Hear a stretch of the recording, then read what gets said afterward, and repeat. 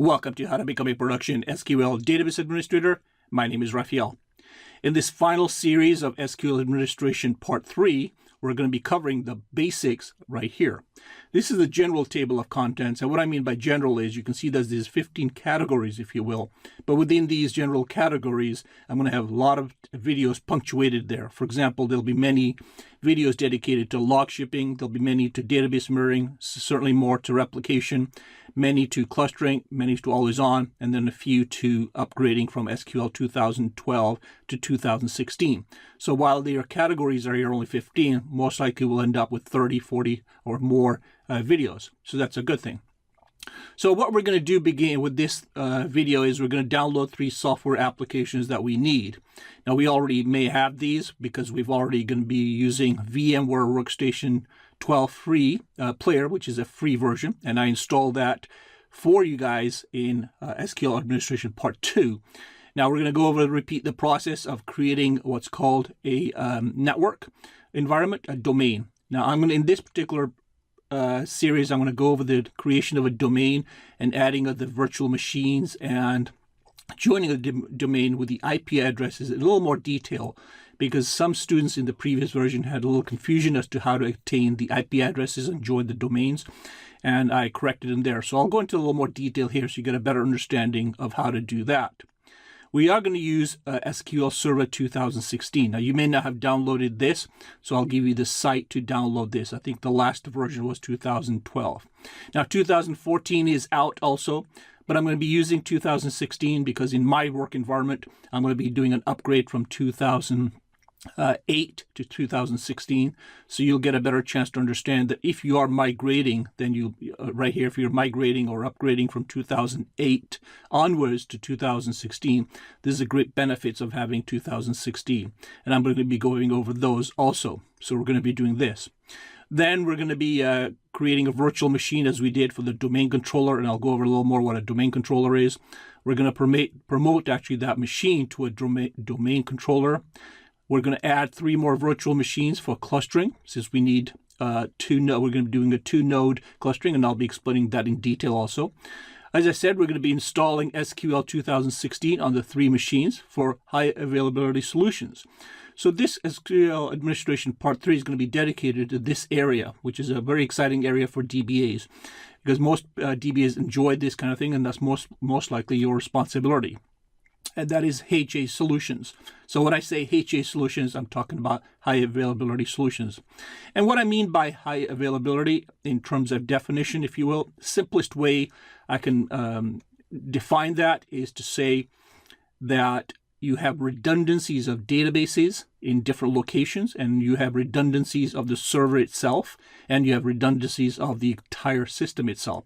So that's what high availability means, that if one system crashes or becomes corrupt, then you have another available resource to turn to in case of time is the essence. So this is what we're going to be discussing primarily in Part 3, and I'll be talking about specifically in those. We're going to join the domain with the IP addresses. And again, there's a few students who were confused about how to attain IP addresses, so I'll go into a little more detail here.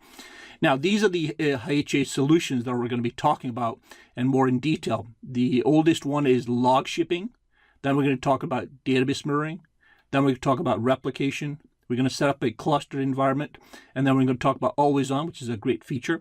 And then finally, I'm going to have many videos dedicated to upgrading from SQL version 2012 to 2016. Now, your environment may be 2008 and to 16. That is fine. But when we get to that level, I'll talk about the specifics of what you can and cannot upgrade.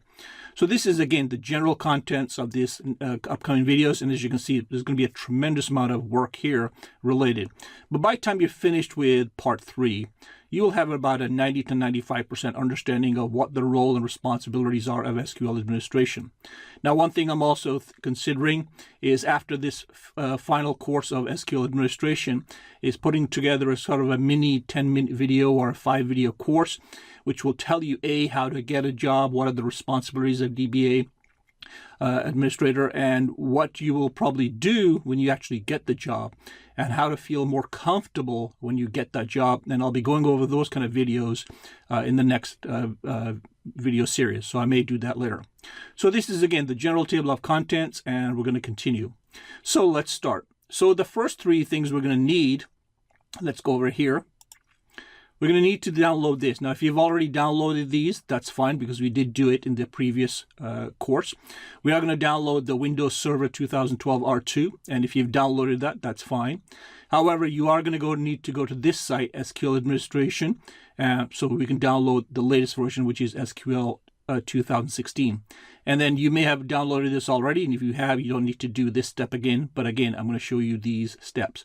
So if you go to your browser, and obviously, let's look at these things we need to do. So here's the website, and for SQL 2016. So download this, and save it. And there's a site, and you've gone through this process of downloading it, so that's pretty easy. Here is the, well, I'm sorry, that may be in the SQL Server 2012 operating system. So just go download here or sign in. And again, you may have to provide your email email address and do that. So download the SQL Server 2012 operating system. Then go to this site and download the SQL 2016. And again, go download and so on. And you will get an ISO image. And then the final thing that you may have already done, but if you haven't, then obviously we're going to be downloading the VM Workstation free product here, and mine is an operating system 64-bit, so you're going to click on here also. And again, you may need to submit your email address. But once you've done these, obviously I've already done them, and there's the websites again. Now let me minimize this, and let me go to my folder. Once you've downloaded them, here they are. Now obviously I've copy-pasted them from the default downloads to here. So you may want to do, I strongly advise you to, once you download these, to make a DVD copy of them. And I'm not going to show you how to make a DVD copy of these because you're going to have ISO images. And this is an ISO image. If you go right click here, now obviously this is going to be different because everything is, everyone is different here. If I go here and try to burn this DVD, I encourage you to burn this DVD with whatever your software is. Mine's a different one than yours, but I'm using a Windows 10 application. So whatever your Windows operating system, burn this to DVD, and I've burned them all already. So now that we've done that, downloaded them, burned them to DVDs, and then we're going to use the DVDs to upload them. So now let's go and first create or download the VM player, which I have already. So once you've downloaded it, double click it, and we're going to now install the VM Player 12 version, which is free. And again, if you've done this already, then that's fine, but I reinstalled the operating system, and so I have to redo it again, and I want to do it for illustrative purposes so you understand right from the start how to create this. So when you get this workstation set up, go next, accept it, go next, just go, you can leave that unchecked if you wish and go next. I don't want to do these, so I'm checking this. Next, next, and next. And this will just take a few seconds or about a minute or so to download, if less. And then we can start creating our first virtual machine. Now, obviously, if you got to this level, let me repeat that you are going to need the requisites SQL Administration 1 and SQL Administration 2. This is now considered intermediate to advanced level. Not necessarily in understanding it, because I'm going to still explain it to you step by step of how to do everything. But when you're getting to this level of management in your environment, then it's not handed to a junior DBA, but most likely a mid-level to a senior DBA. So you're getting a tremendous amount of education and benefits from getting these courses. But I obviously strongly encourage you to take the requisites SQL Administration 1 and SQL Administration Part 2, because they're all built upon it. And when you see, you'll realize that when I've completed this entire course, and then you've got a very good understanding of what SQL DBAs do on a daily basis, I'm going to, as I said, I'm going to start producing videos that allow you to let you understand what I do and what DBAs do on a kind of a daily, weekly basis, and how we approach projects. And that's going to be a great benefit, because now you have all the knowledge in your head. But obviously, are you going to be a little nervous when you go to apply for a job? Sure. Now, are they going to ask you to do clustering on the first day? Highly unlikely. Are they going to ask you to do replication or any of these high advanced, high HA solutions? Highly unlikely. Most likely, if you start off as a DBA, as a junior DBA, which is a great, tremendous responsibility in itself, they're most likely going to ask you to do things like how be wary of how to do backup and restores. That's one of the key things that I do for my junior DBAs, is I let them do that, and I feel comfortable. Once I feel comfortable that they can manage that particular aspect of management, then obviously we progress more. So that's normal standard in a company. So it's not that they don't like you or don't trust you. That's basically the way they do it. It's built upon it. And let's finish here. And let's go to the VM workstation here and double click. And now we're going to create a virtual machine. So you may be familiar with this interface, which we did before. So here you can see I've already created one before. So I'm going to remove that if I can. Delete from disk. I'm going to delete it so we can start again. And there we go. So this is the interfaces you're going to get. Welcome to VMware Workstation 12. Now we're going to create the first virtual machine, which is going to be the domain controller. So the first thing you want to do now, obviously, is go up here. Now there's not much to, as I said, I want to go in a little more detail this. In this particular application, which is non-commercial use only, there's not that tremendous amount. Obviously, you can upgrade it, but we don't want to for our purposes. If you click on here, you'll see some of the utilities and things that you can do. There's a full screen mode. If you click on this, it'll be full screen. So if I click on that, you'll see it. And then obviously you have this bar where we can go back to this. Right now, this right here, this ribbon at this bottom here, this is my desktop. So understand this is not part of the VM. This is my desktop here. So you may get this similar. So don't be confused when we have to interface with the VM itself. So let's create a VM. And we've done this before, but let's start all the way from the start. Create a VM. Now, obviously, it's going to direct you to where is your software for the Windows Server 2012. Obviously, it automatically detected it. If it isn't, go to Browse. And obviously, mine already did it, so it's there. So go to the Browse, and it says Windows 2012 detected, and this is the operating system. Now, obviously, if yours isn't, so make sure you point to it, and I'm going to go Next. Now, obviously, it's the easy installation information. Obviously, this is a trial version, so we don't need the key. So go Next. It says you did not enter the products key. Would you like to continue? Go Yes. Now, what do you want to call it? Well, I'm going to call it DC for domain controller. Let me make that cap. And you can name it whatever. And obviously, this is the directory, the location for the VM that's going to be created. So now we're going to call it Windows Server DC, and that's fine. Go Next. It's going to allocate 60 gigs for this operating system, and we're comfortable with that also. Obviously, if yours is don't have a large one, then you may want to resize it to a lower one, but ours is fine, so we'll go with the default. And we're just going to give you the basics of what it's going to do, the network card and so on, and we're going to go Finish. And now it's going to start installing the removable devices. It's going to give you this warning that you can remove these things. Just go OK. And it's beginning. Now, obviously, at this point, when it gets to the point where download tools, a version, say yes to this. We do need the update software for the VMs. And it's going to begin. And as I said, at that point where I feel it's going to take a little while to download or install, I should say, then I'm going to pause it and resume. But until then, we're going to continue with this. And as I said, I've gone through this process before of creating a domain in the previous series. But hopefully I'm going to cover a few things that I didn't there in a little more detail, so you get a better understanding so there's no confusion. And thanks to all the students who have pointed out their errors, if you will, or misunderstandings. I'll try to correct them in a little more detail in this area so you get a better understanding.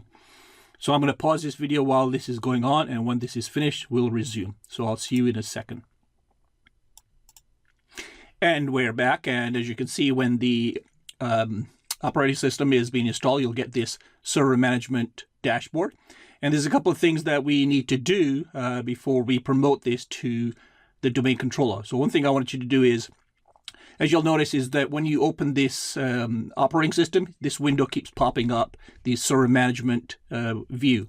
So to disengage that, go to management, go to manage, server manage properties, and say do not start the automatically, so you won't see this window pop up.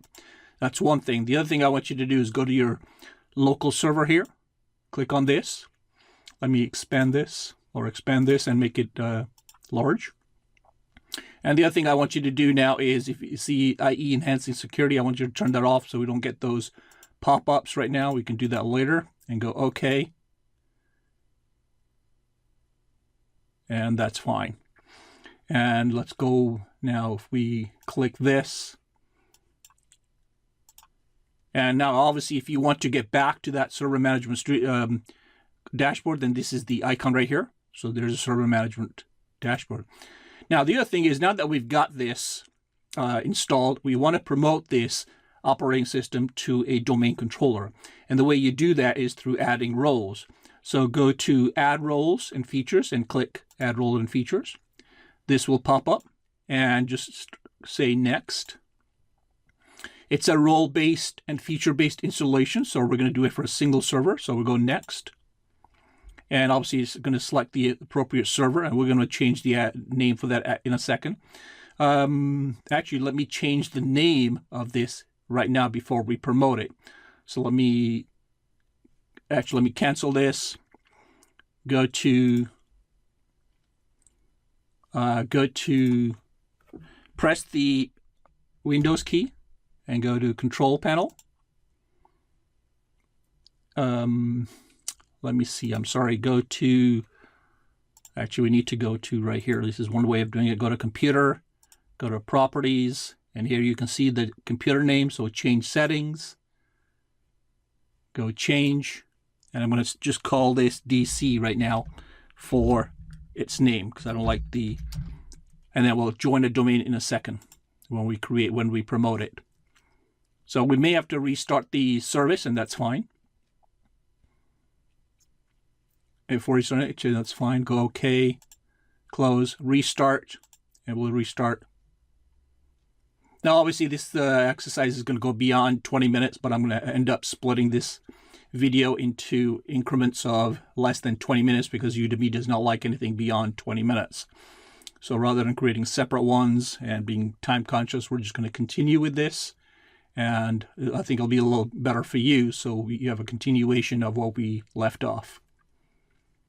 So this is just take a couple of seconds while it reboots.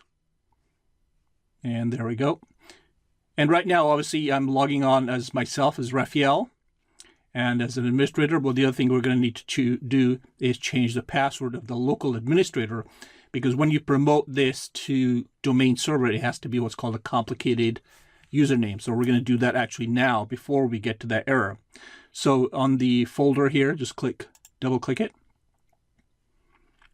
And let's see where we can go. Actually, I'm sorry, go to the key again, Windows key, go to Control Panel. I like to see all little icons, so just do this. Go User Accounts right here, and you'll see the appropriate user account. We're going to change the Manage Another Account. And this is the local admin that does not have a complicated one, so we're going to click on this. We're going to create a password for that. Now, obviously, I'm going to create a password. You can create a password whatever you wish. I'm going to create a complicated password. And what that means is that it must contain 8 letters or more, and it must contain numbers and numerics and an uppercase. So you can do whatever you wish. I'm just going to call it whatever I'm doing here. And obviously, we want to reconfirm it right here. So make sure the letters have numbers and so on. So now that's created, that's fine. So we've done that also. So let's get back to our service manager. And now we're going to take this operating system and promote it to a domain controller, and that's going to be one of our VMs. Then after this, I will create 3 more VMs for the clustering that we eventually are going to need. So I'll go back to add roles and features. They'll just take information, so let it finish.